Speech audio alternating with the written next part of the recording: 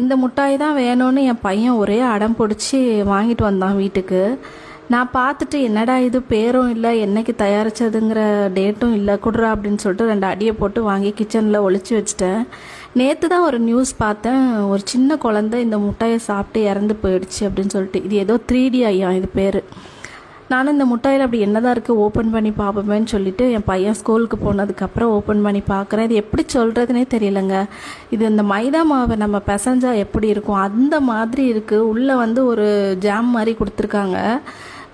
நீங்கள் ஒரு 10 செகண்டு உங்கள் கையை வந்து அசைக்காமல் அப்படியே வச்சிங்கன்னா அந்த கையை அப்படியே ஒட்டிக்கிடுது, விரல் ஒன்றோட ஒன்று எடுக்க முடியல.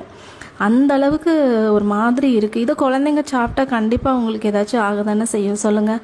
நம்ம சாப்பிட்டாலே நம்மளுக்கு இது வந்து தொண்டையில் கண்டிப்பாக சிக்கிக்கூடும். தயவுசெய்து நிறைய பேருக்கு ஷேர் பண்ணுங்கள். குழந்தைங்க கடையில் அழுதாலும் இந்த மாதிரி வாங்கி கொடுக்காதீங்க.